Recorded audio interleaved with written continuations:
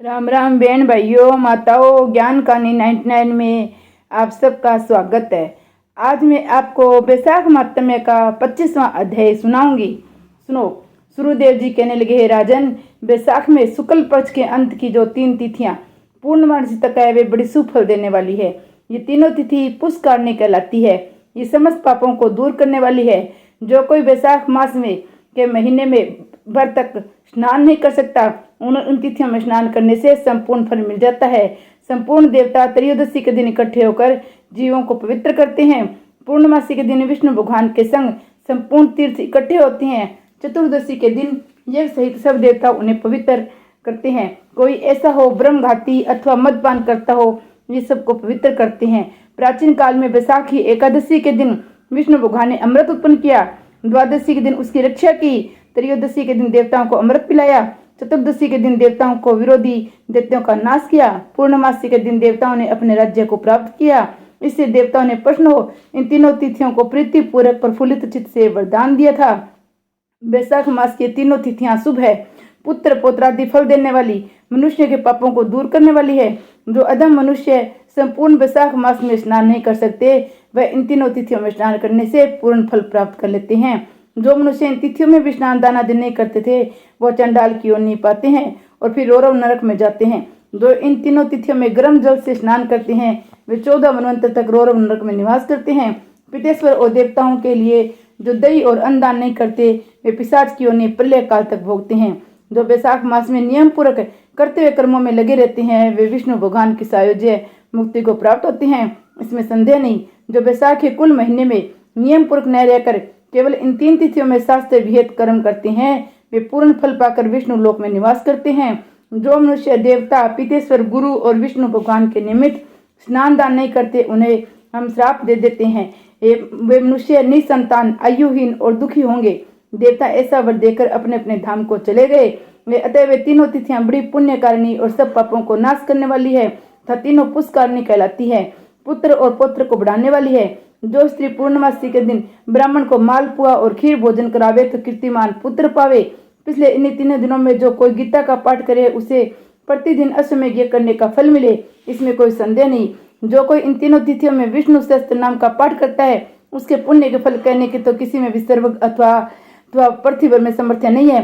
पूर्णमासी के दिन को कोई सहस्त्र नाम का पाठ करे, एक एक नाम पर मधुसूदन भगवान को दूध से स्नान करावे, तो उसके सब पाप दूर हो जाते हैं, वे विष्णु लोक हो जाते हैं। जो सभी उत्तम उत्तम पदार्थों द्वारा मधुसूदन भगवान का पूजन करे, कल्पांत में भी उसके पुण्य छीन नहीं होते। जो कोई मनुष्य वैशाख में न स्नान करे न दान करे, वह ब्रह्म हत्यारा, गुरुघाती और पितेश्वरों का नाश करने वाला होता है। जो कोई नित्य प्रति श्रीमद् भागवत का 1 श्लोक, अर्ध श्लोक या 4 श्लोक पढ़े तो ब्रह्मत्व को प्राप्त होता है। इन तीनों दिनों में श्रीमद् भागवत की कथा सुनने वाला कभी पापों में लिप्त नहीं होता। जैसे कमल के पत्ते पर जल नहीं ठहरता, इन तीनों तिथियों में विधि पूर्वक भगवत पूजा, स्नान दान आदि करने से बहुत से मनुष्य देवता हो गए हैं। कितने ही सिद्ध बन गए, कितने ही ब्रह्मा भाव को प्राप्त हुए हैं। ब्रह्म ज्ञानी अथवा प्रयागराज में मरने से मोक्ष मिलता है, अथवा वैशाख मास में नियम पूर्वक स्नान करने से मोक्ष मिलती है। वैशाख की पूर्णमासी के दिन स्नान करके नीले रंग का स्नान छोड़े तो समस्त बंधन से छुटकर धर्म, अर्थ, काम और मोक्ष को प्राप्त होते हैं। जो गरीब कुटुंबी ब्राह्मण को गोदान देता है, वह अकाल मृत्यु से छुटकर परलोक में परम पद पाता है। जो मनुष्य वैशाख की पूर्णमासी को बिना स्नान दान किए बिना देते हैं, वह 100 जन्म तक कुत्ता की योनि में पड़कर विष्ठा के कीड़े होते हैं।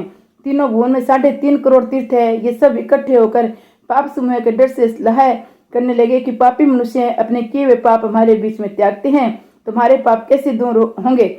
ऐसी चिंता करते हुए तीर्थपाद हरि भगवान की शरण में गए और अनेक स्तोत्रों द्वारा स्तुति करके प्रार्थना करने लगे। हे देव, हे जगन्नाथ, हे संपूर्ण पापों का नाश करने वाले, पापी मनुष्य हम में स्नान करके पापों को हमारे बीच में छोड़ आपके धाम को चले जाते हैं। तो हे प्रभु, हम तो आपके आज्ञाकारी हैं, अतः ये पाप है, ये जनार्दन है, हमसे कैसे दूर होंगे। हे प्रभु, हम आपके चरणों की शरण के इच्छुक है, कोई उपाय हमारे सामने कहिए। जब तीर्थों ने ऐसी प्रार्थना की, तब भूत भावन भगवान हंसते हुए मेघ जैसी गंभीर वाणी में बोले, वैशाख के महीने में मेष की संक्रांति में शुक्ल पक्ष में जो अंतिम 3 दिन है, वे 3 दिन सर्व तीर्थ में पुण्य रूप है। मेरे प्राण प्यारे हैं, इनमें सूर्योदय से पहले स्नान कर जल से बाहर आ जाए, जिससे सब प्रकार के पाप से छूट पुण्य रूप और निर्मल हो। उन तीनों दिवसों के बीच जो कोई स्नान करते उन मनुष्यों में ही पाप स्थिर रहता है। जो पाप तुम्हारे बीच में उसे निकलकर इकट्ठे हुए हैं, जो मनुष्य इस प्रकार तुम्हारे बीच में पाप छोड़ गए हैं, वे उन्हीं में रहते हैं। ऐसा तीर्थपाद विष्णु भगवान ने तीर्थों को वरदान दिया। ऐसी आज्ञा दे योग बल से वे अंतर्ध्यान हो गए और सब तीर्थ अपने अपने धाम को चले गए। प्रतिवर्ष वैशाख के महीने में पिछले 3 दिनों में सब अपने अपने पापों को छोड़ निर्मल होते हैं। जो वैशाख के पिछले 3 दिनों में स्नान नहीं करते उन्हीं के ऊपर सब मनुष्यों के पाप आकर ठहर जाते हैं। इस प्रकार स्नान न करने वाले मनुष्यों को तीर्थ श्राप देते हैं। जो कोई इन 3 दिनों में स्नान नहीं करता उसके समान कोई पापी नहीं है। ऐसी सा पाप किसी भी शास्त्र में देखा ना सुना है। अतः पिछले 3 दिवस में स्नान, दान, मधुसूदन भगवान की पूजा न करे तो इसके तुल्य कोई पाप नहीं। जो इन कर्मों को न करे वह 14 मनवंतर तक नरक में पड़ा रहे। इस प्रकार संपूर्ण वैशाख का महात्म्य महाबुद्धिमान श्रुति कीर्ति के आगे कहा हुआ। जैसे जैसे सुना या देखा तदनुसार ही माधव मास की कथा वर्णन की गई है। इस महात्म्य की पूरी रीति से वर्णन करने की सामर्थ्य तो ब्रह्मा में भी नहीं है। पहले कैलाश के शिखर पर बैठकर पार्वती जी ने महादेव जी से पूछा, तब महादेव जी 100 वर्ष तक ये कथा कहते रहे। पूरी न हुई तब असमर्थ ही चुप हो गए। विष्णु भगवान जगन्नाथ श्री नारायण के बिना कोई भी वैशाख मास का संपूर्ण पूर्णतः नहीं कर सकता। पहले सब ऋषियों ने मनुष्य के हित की कामना से थोड़ा थोड़ा वैशाख महात्म्य वर्णन किया है, परंतु हे राजन किसी ने अंत नहीं पाया। असमर्थ होकर सब बैठे रहे। तो वैशाख मास में दानादि सत्कर्म कर इससे निश्चय ही मुक्ति मिलेगी। ऐसा मिथिलापति राजा जनक को समझाकर सूर्यदेव जी राजा से पूछ जाने का विचार करने लगे कि राजा का एक साथ आहद उत्पन्न हो गया, नेत्रों से जल टपकने लगा। तब उत्सव करने में प्रवृत्त हुआ और अपनी वृद्धि के लिए सूर्यदेव जी को पलकों में बिठाकर ग्राम की प्रदक्षिणा करे चतुर्मुनि सेना को संग भेजा और पीछे पीछे से वह चला।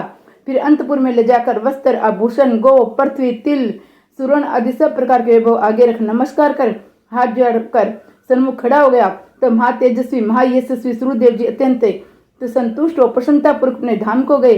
तब नारद जी कहने लगे, हे राजा अम्बरीश, ये परम अद्भुत आख्यान मैंने तुम्हारे सामने संपूर्ण वर्णन किया है, जिसके सुनने से ही संपूर्ण पाप नष्ट हो जाते हैं, सब प्रकार की संपत्ति मिलती है, इसी से भोग, ज्ञान और मोक्ष प्राप्त होते हैं। नारद जी के ऐसे वचन सुन महायशस्वी राजा अम्बरीश मन ही मन ऐसा प्रश्न हुआ कि बाहर के सब व्यापार छोड़ और दंड की तरह पृथ्वी पर गिर सिर से प्रणाम करने लगा और सब प्रकार के ऐश्वर्यवान पदार्थों से नारद जी की पूजा की। फिर भगवान नारद मुनि ने राजा से पूछकर अन्य लोग चले गए, क्योंकि साप के मारे वे एक जगह नहीं रहते थे। राज ऋषि अम्बरीश ने भी नारद जी की कथा अनुसार शुभ धर्मों का आचरण करते हुए निर्गुण भगवान में लीन हो गए। सूत जी बोले, जो कोई इस पाप के नाश करता और पुण्य के बढ़ाने वाले परम अद्भुत आख्यान को सुनता अथवा पाठ करता है वह परम गति को प्राप्त होता है, तथा जिसके घर में हाथ की लिखी पुस्तक है उसके तो हाथ ही में मुक्ति है, सुनने की भी तो कुछ आवश्यकता ही नहीं है। श्री विष्णु भगवान की जय। मैंने आपको पूरा वैशाख महात्म्य सुनाया।